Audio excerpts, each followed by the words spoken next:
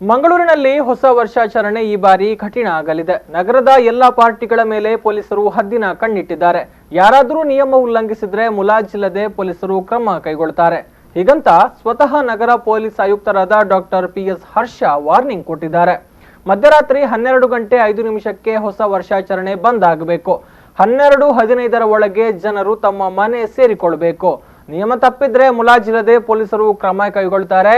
ಇನ್ನು ಹೆಣ್ಣು ಮಕ್ಕಳನ್ನ ಚುಡಾಯಿಸಿದ್ರೆ ಹುಷಾರ್ ಅಂತ ಕಮಿಷನರ್ ಎಚ್ಚರಿಕೆ ಕೊಟ್ಟಿದ್ದಾರೆ.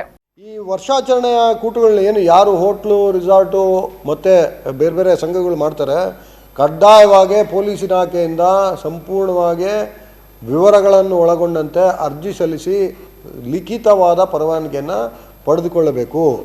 ಎಲ್ಲ ಕಾರ್ಯಕ್ರಮಗಳು ಅಕ್ರಾಸ್ ದ ಸಿಟಿ 12:05 ಮಧ್ಯರಾತ್ರಿ 12 ಗಂಟೆ 5 ನಿಮಿಷಕ್ಕೆ ಮುಗಿಬೇಕು.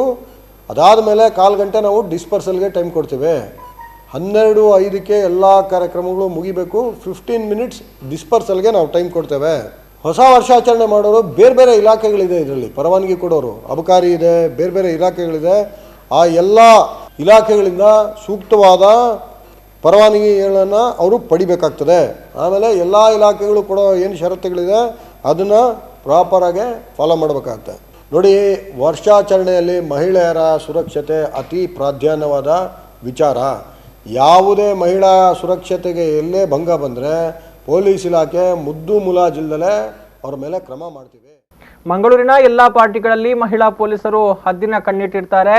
ಮಫ್ತಿಯಲ್ಲಿ ಪೊಲೀಸರು ಕಾರ್ಯನಿರ್ವಹಣೆ ಮಾಡಲಿದ್ದಾರೆ. ಹೊಸ ವರ್ಷಾಚರಣೆಗೆ ಹೆಜ್ಜೆ ಹೆಜ್ಜೆಗೂ ಕೂಡ ಪೊಲೀಸ್ ಭದ್ರತೆ ಕೊಡಲಾಗ್ತಾ ಇದೆ ಅಂತ ಕಮಿಷನರ್ ಹೇಳಿದ್ದಾರೆ.